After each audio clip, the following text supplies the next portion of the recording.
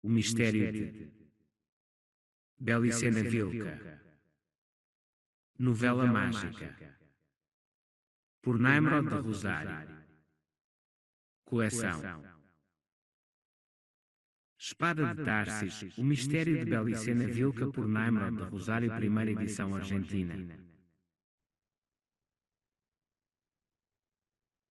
26º dia. Doutor Sinagel, o senhor haverá de convir comigo em que os imortais quase haviam executado com êxito a sentença de extermínio contra a casa de Tarsis.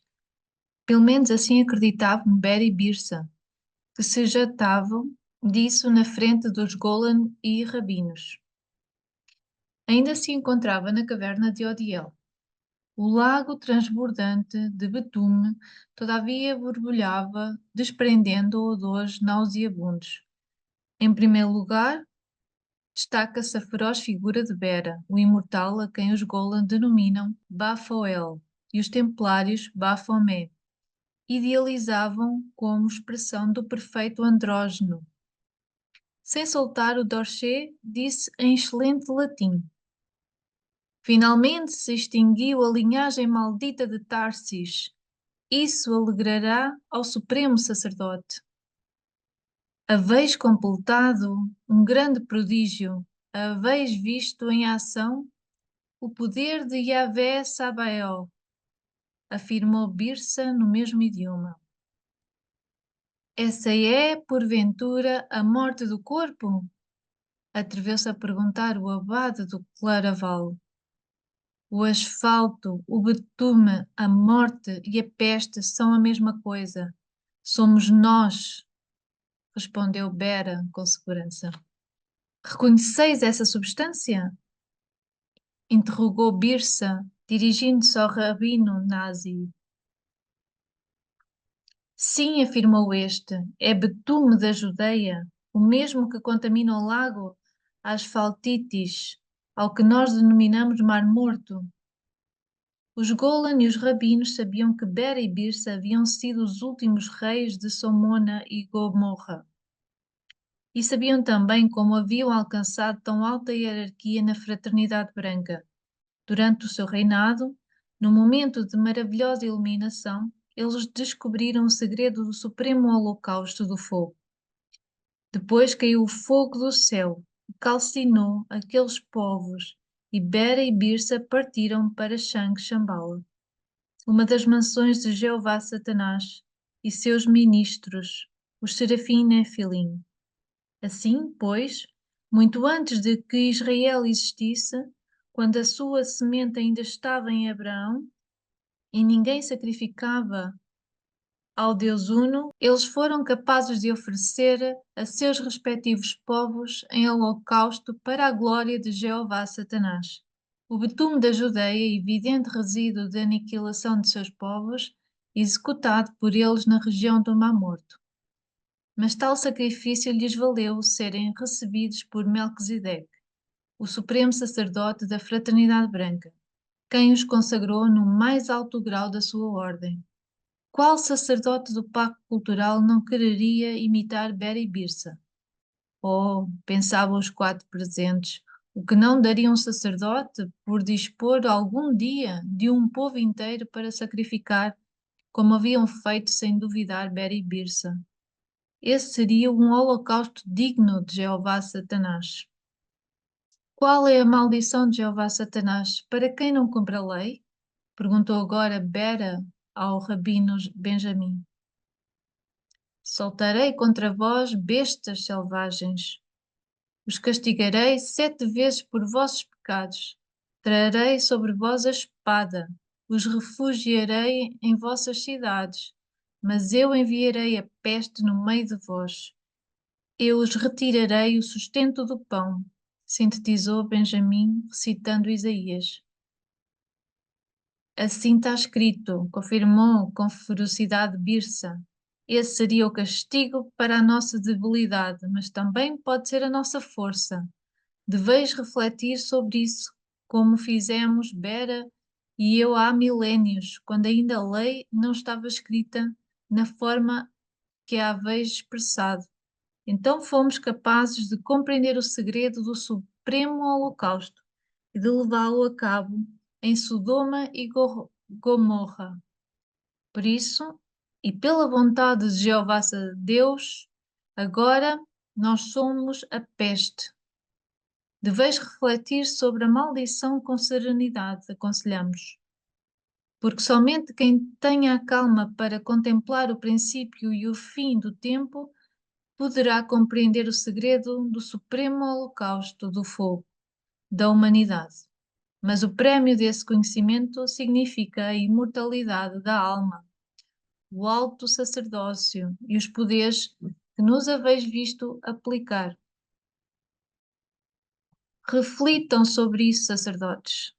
Nós, 6, somos a manifestação de Jeová e não devemos faltar à lei, mas podemos induzir os gentios a que o façam para que a maldição os alcance, para que a peste se instale entre eles. Então será possível o supremo holocausto de fogo. Em que consiste? Rugiu o abade Claraval sem poder conter-se. Eis a resposta, disse Vera, apontando com o dorte o lago de betume. Mas isto só o compreenderá quem entenda que a nossa é uma guerra entre a pedra e a lexívia. A pedra, desde o princípio do tempo, é nosso inimigo, e a humanidade, desde o final do tempo, é a lexívia, o supremo holocausto, a purificação pelo fogo quente que exige o sacerdócio de Melquisedeque. Apesar da insistência dos imortais, nenhum dos quatro compreendeu o que acabavam de revelar-lhes sobre o segredo do supremo holocausto. A guerra entre a pedra e a lexívia lhes parecia demasiado misterioso. Somente Nazi atinou a perguntar: Vós referis à morte do juízo final? A morte ardente dos condenados? Não, está escrito que a carne não morrerá realmente, ainda que o corpo se desintegre na tumba, pois todos os homens ressuscitarão para serem julgados de acordo aos seus pecados. Isso será possível porque o homem existe em muitos mundos por vez, mundos que são e mundos que não são. Em alguns de tais mundos ainda está vivo, e em outros pode ser que tenha perecido. Mas desses mundos será extraído o corpo que viverá novamente. Quiçá por 1000 anos, quiçá por muito mais. Uns serão condenados, sim, e morrerão definitivamente, mas outros viverão de novo sobre a terra.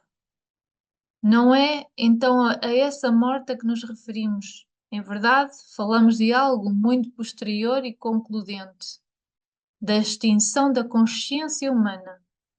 O final da humanidade chegará quando o fogo quente abrasar todos os mundos onde existia o homem e a alma do homem, e somente resta a lexívia por testemunho.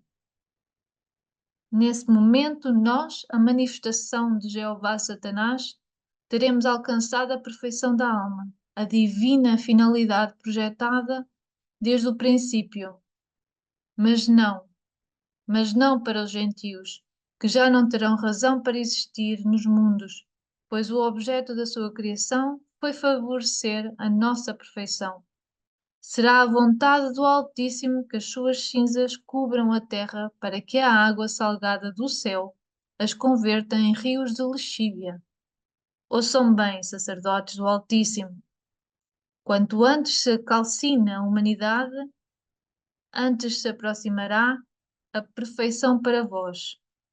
Converteis ao homem em lexívia e consumareis o supremo holocausto que espera o Criador ao fim dos tempos, explicou Bera com ares de notável paciência. E continua falando, pois os quatro haviam emudecido. É a fé na perfeição final que alcançarão os crentes em Jeová Satanás mediante o sacerdócio do seu culto a que obrará os milagres maiores. Se fordes capazes de ver o final, havereis adiantado o final.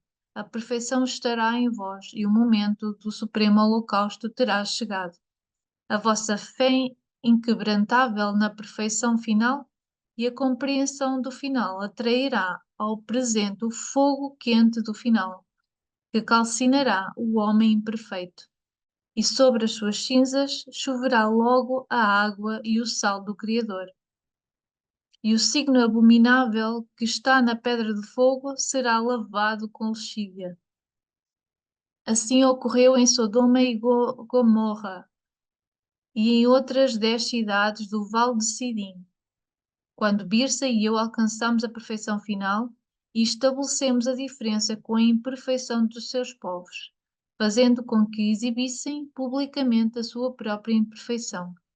Então desceu a Shekinah de Deus e os anjos de Deus, e caiu o fogo do céu, que reduziu a cinzas aqueles povos insensatos, e caiu depois a água e o sal de Deus. E surgiu o lago Asfaltites, o mar de betume da Judeia, o mar morto. Em verdade, o mar da lexívia. Aquele foi sacerdote do nosso holocausto a Jeová Deus. Mas aquele mar de lexívia não alcançou para lavar o signo da pedra. Essa missão está reservada ao povo eleito de Jeová Satanás, a raça sagrada dele. Quando eles são entronizados sobre todos os povos gentios da terra, quando toda a humanidade inteira esteja sujeita ao seu governo mundial, então terá chegado o momento do supremo holocausto. Para isso, deveis trabalhar sem descanso, com a fé posta na perfeição final e o esforço aplicado a conseguir a sinarquia universal do povo eleito. Somente o supremo holocausto de toda a humanidade, por seus sacerdotes do povo eleito, produzirá a lexívia que lavará o signo abominável na pedra do fogo. Todos os nossos partidários, os grandes sacerdotes, conhecem este segredo e têm consagrados a seus povos com o sinal da cinza. Até os sacerdotes brahmanes têm ungido aos ários com o sinal da cinza, procurando cobrir o signo abominável e aguardando que a graça do céu lhes conceda a água que forma lexívia e lava a pedra de fogo. Por isso a cinza tem sido sempre sinal de dor e aflição, signo do arrependimento e a penitência. O homem ungido com cinza é que pede misericórdia divina. Quem se ajoelha ante o Criador e solicita perdão pelos seus pecados, especialmente o maior pecado, o de ser eu, frente ao Uno que é tudo. Pecado que só se pode lavar com lexívia. Os membros do povo eleito untam as suas cabeças com cinza em sinal de penitência, mas os sacerdotes do Cordeiro agregam água benta à cinza para criar a lexívia do perdão de Jeová. Mas nada salvará ao homem do holocausto de fogo e da cinza, e lexívia do juízo final. Jeová advertiu há milénios contra os falsos sacerdotes, que empregam cinza do mesmo incenso para outorgar um falso perdão. Somente a cinza humana constitui a lexívia que lava o sinal abominável. E Jeová prometeu converter em cinza aos falsos sacerdotes que não respeitem o necessário holocausto do fogo. Repeti, Corãs de Israel, as palavras de Jeová. O rabino Benjamim repetiu no ato.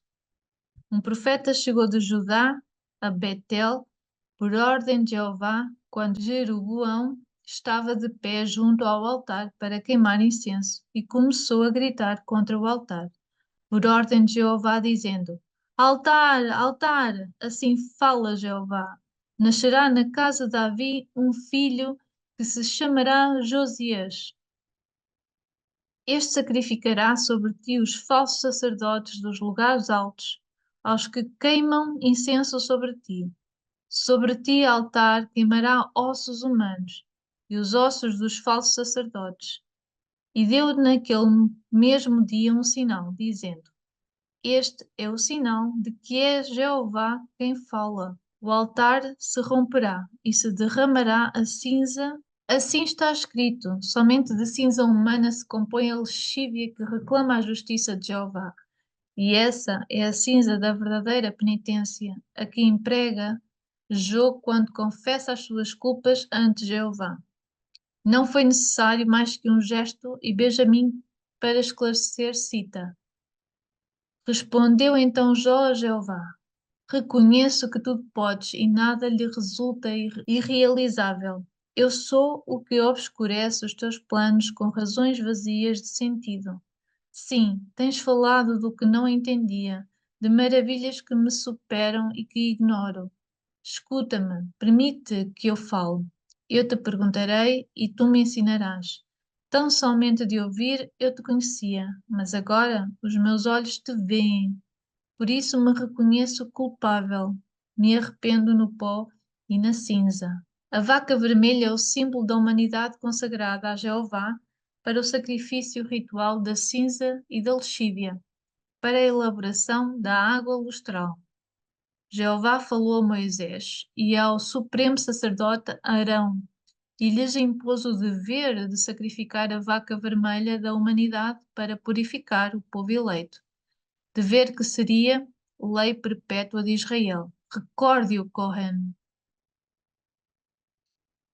Disse Jeová a Moisés e Arão: aquele que tenha queimado a vaca vermelha lavará as suas vestes, banhará o seu corpo com água e será impuro até à tarde. Um israelita puro recolherá as cinzas da vaca vermelha e as depositará fora do acampamento, num lugar puro, e estarão à disposição dos filhos de Israel para preparar a água lustral. É um sacrifício pelo pecado. Aquele que recolheu as cinzas da vaca vermelha lavará as suas vestes e permanecerá impuro até à tarde. Será uma lei perpétua para os filhos de Israel e para o estrangeiro que mora entre eles. Recordou sem erro Benjamim. E com essa água lustral, lexívia sagrada surgida da cinza da vaca vermelha da humanidade, Jeová institui o ritual da purificação do povo eleito. Reproduza o ritual, Cohen. Disse Jeová a Moisés e Arão: para o israelita impuro se tomará a cinza da vítima queimada em sacrifício pelo pecado, e se verterá sobre ela água viva dentro de uma vasilha. Um israelita puro tomará o isopo, a submergirá na água lustral e aspergerá o santuário de Jeová e todos os móveis e pessoas que ali houver, declarou Benjamim sem titubear. E como se purifica depois Tamar, a quem havia violado o seu irmão Amon? Tamar jogou cinza sobre a sua cabeça, se apressou a replicar Benjamim. Somente a lexívia lavará o signo abominável. Para este pecado não há perdão nem redenção possível fora da lexívia.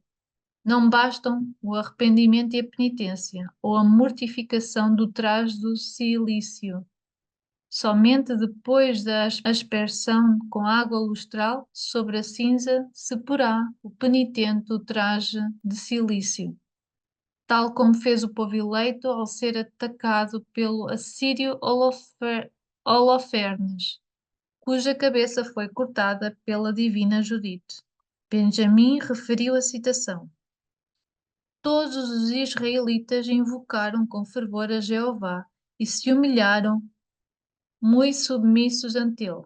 E todos os homens de Israel e as mulheres e as crianças, os que habitavam em Jerusalém, se postaram ante o santuário, cobriram a cabeça de cinzas e se apressaram com cilícios ante o Senhor.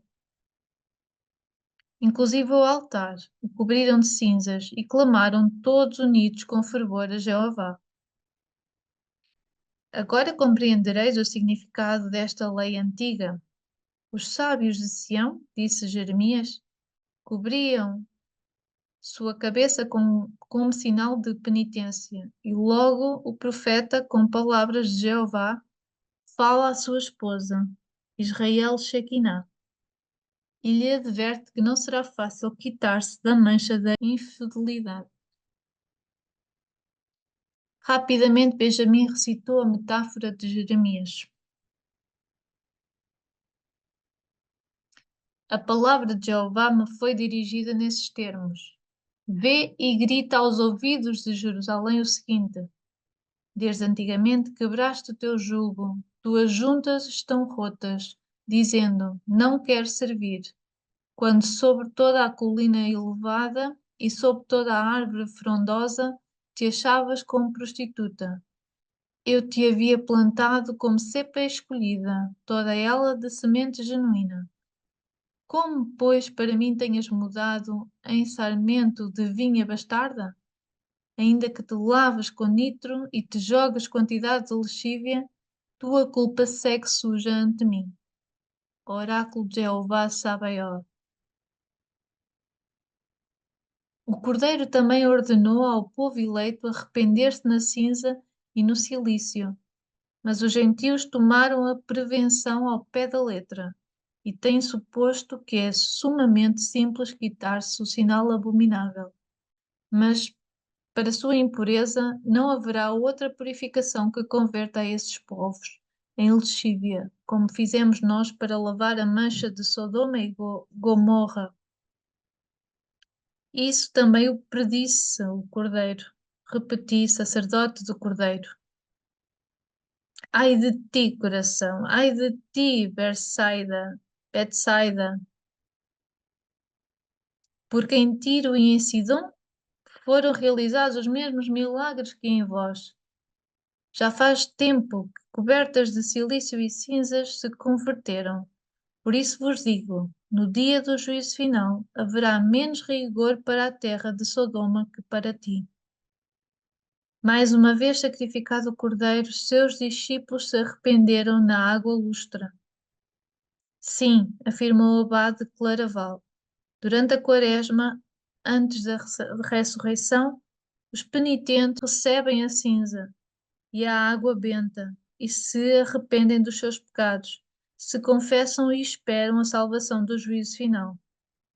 Mas eles não entendem que o signo abominável não pode ser lavado desse modo, apesar de que o sacerdote lhes diga: recorda-te que eras pó e em pó retornarás a te converter.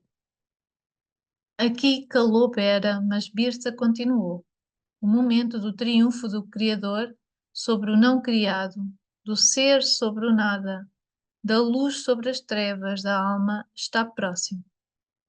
Logo a sinarquia será uma realidade e a humanidade cairá de joelhos ante o poder do povo eleito. Chegará então o tempo de abrandar o homem para obrigá-lo a exibir a sua perfeição e a sua bestialidade, aquela maldade primordial que entesoura no fundo da sua alma. Mas o tempo de substituir a serpente do paraíso pelo dragão de Sodoma. Será o tempo de substituir a serpente do paraíso pelo dragão de Sodoma. Recordai, sacerdotes, que a tentação da serpente afunda o homem no pecado, mas deixa intacta a sua função viril, e que o homem viril sempre pode elevar-se da miséria moral mediante a guerra e o heroísmo, e cair em poder dos inimigos da criação. O homem viril, o guerreiro, o herói, retardará a concretização do holocausto final, e não bastarão para impedi-lo a massificação e o igualitarismo da humanidade, a que se submeterá a sinarquia do povo eleito, e os vícios e as perversões que nela prosperarão por causa da tentação da serpente, se o homem conserva a virilidade e se converte em guerreiro e herói, se dispões da vontade para revelar-se aos planos da fraternidade branca, que é a hierarquia de Jeová Elohim. A tentação da serpente do paraíso nada pode contra esta luciférica determinação de ser e existir além dos seres criados pelo Deus Uno. Somente o dragão de Sodoma tem o poder de quitar ao homem a sua virilidade. E somente nós, a peste, sabemos convocá-lo. Respondeis com anos. Qual o emblema de Israel? Frente à inesperada pergunta, Benjamim apressou-se em responder. Está escrito pelos profetas que o emblema de Israel é a pomba. Atrás de Jeová marcharão os filhos de Israel. Ele rugirá como um leão, e eles o verão como uma pomba, disse Oseias. Pois Jeová havia ordenado pela boca de Jeremias. Israel, sê como a pomba que aninha na borda do abismo. Prosseguiu Birsa, satisfeito com a resposta de Benjamim. Não esqueçais nunca, sacerdotes, que o emblema de Israel é a pomba, porque esse símbolo assinalará o fim dos tempos. Disse antes que o momento do triunfo está próximo, que a sinarquia do povo eleito será instaurada. Então o emblema de Israel será imposto aos homens e haverá chegado a oportunidade da nossa intervenção. Assim será, pois foi decidido pela Fraternidade Branca e aprovado por Melquisedeque, o Supremo Sacerdote. Em todo o mundo, milhares e milhares de sacerdotes e partidários da causa de Israel se embandeirão com o seu emblema. Somente os homens viris buscarão escapar à manifestação social por meio da rebelião e da guerra. Tratarão de afundar uma nova ordem moral baseada na aristocracia do sangue, mas serão afogados no seu próprio sangue. E nós responderemos ao clamor dos que levam por sinal o emblema de Israel, e soltaremos entre os homens o dragão de Sodoma. E o homem perderá a sua virilidade e se abrandará, se tornará como mulher. Ainda quando possa procriar, sua vontade será debilitada, afeminamento crescente que se estenderá a toda a humanidade. Perplexos, muitos confundirão a moral sodomita com um produto da alta civilização. Mas, na verdade, sucederá que o coração dominará a mente e enervará a vontade. No final, todos acabarão aceitando o modo de vida sinárquico e o homem substituirá a águia pela pomba, a guerra pela paz, o risco heroico pela comodidade passiva. Mas essa paz da pomba, que desfrutarão com a sinarquia do povo eleito, será o caminho mais curto até o holocausto final, onde serão sacrificados a Jeová Satanás, até o oceano de lexívia, no qual serão convertidos para lava, o sinal abominável na pedra de fogo. Esta é a peste que a maldição do Altíssimo promete para os que ficam de fora da lei. De imediato, como se as suas mentes estivessem sincronizadas, retomou a palavra Bera. Sim, sacerdotes, que sobrevenha a sinarquia do povo eleito, que a humanidade se embandeira com o emblema da pomba, e nós regressaremos trazendo a peste da morte final, o fogo quente e a água e sal do céu. Mas seremos precedidos pelo dragão de Sodoma, o arauto que anunciará a nossa chegada. Vós haveis visto os extremos do processo nesta caverna. O sangue degradado com a água e a água transformada em sangue. E depois do lago de sangue, a peste da morte final, o betume da Judeia, a lexívia negra.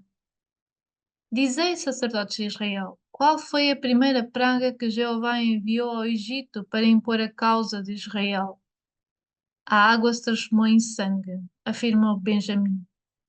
E qual foi a última praga com que se assegurou o triunfo do povo eleito? A peste no meio dos gentios. A peste oferecendo a vida dos gentios a Jeová como holocausto pela próxima glória de Israel. Somente os que estavam manchados com o sangue do Cordeiro não foram tocados pela peste. Agora respondei vós, sacerdotes do Cordeiro. Qual será a praga que trará o terceiro cavaleiro no fim dos tempos? A água se transformará em sangue, respondeu imediatamente o abade Claraval. E qual a praga do quarto cavaleiro?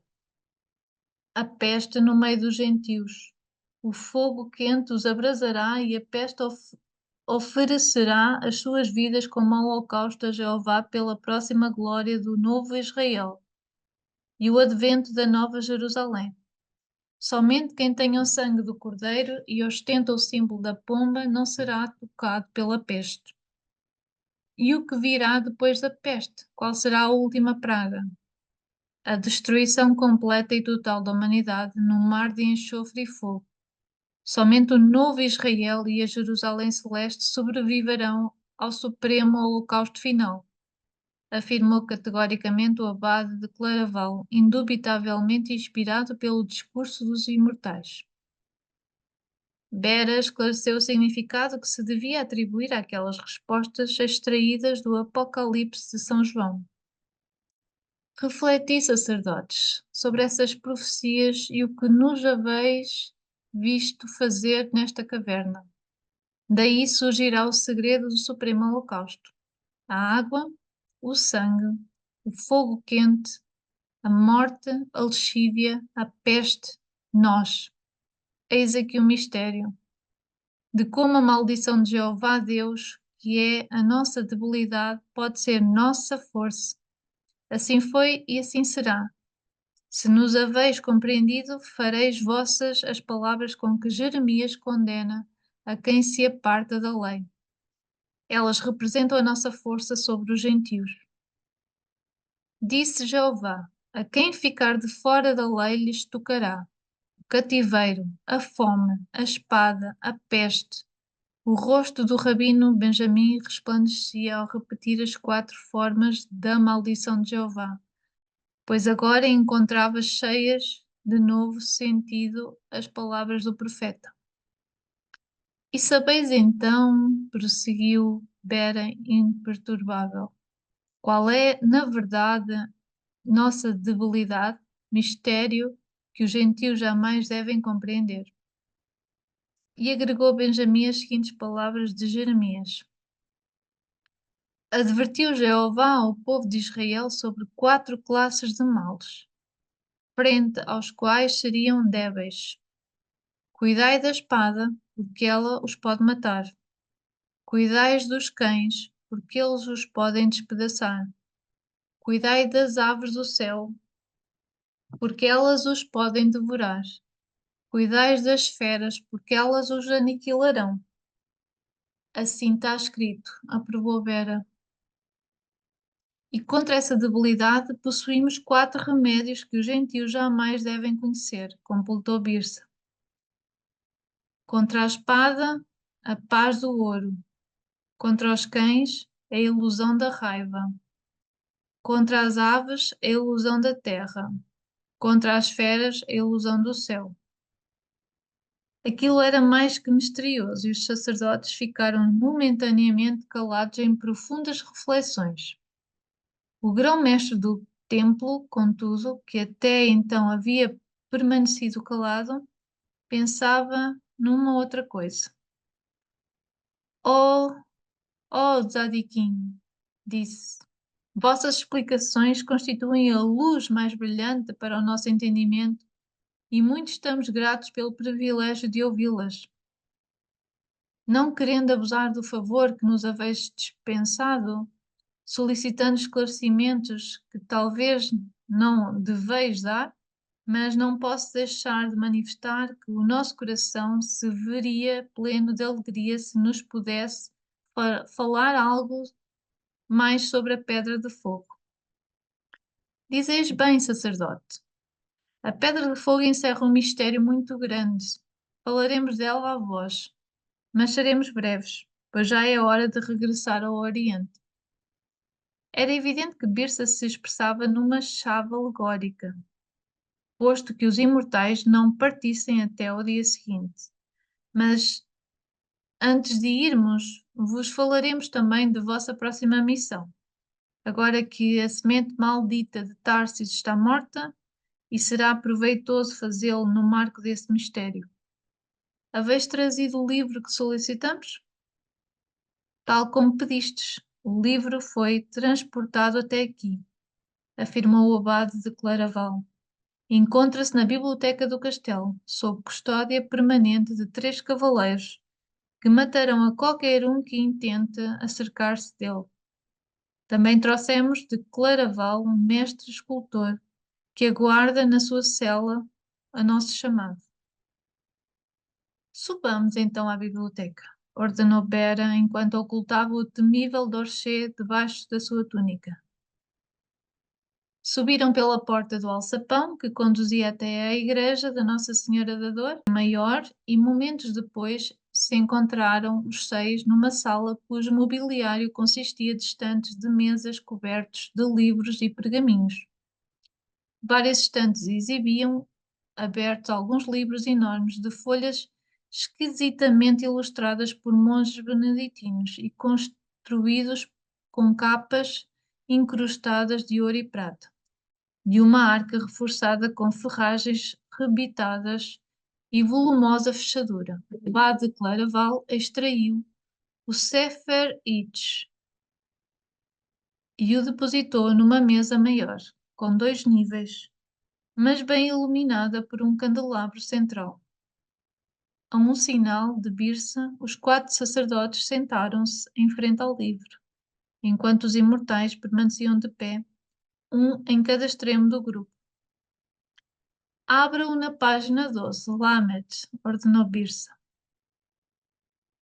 O livro somente continha imagens, ou seja, parecia de algum texto, salvo as palavras distribuídas nos desenhos. Na página solicitada ficou exposta a representação dos 10 Sefirot do Criador Uno, em forma de árvore filosófica. Todos esperavam por Bera, que de imediato tomou a palavra. Se gostou deste conteúdo, subscreva o canal. Força e honra, camarada!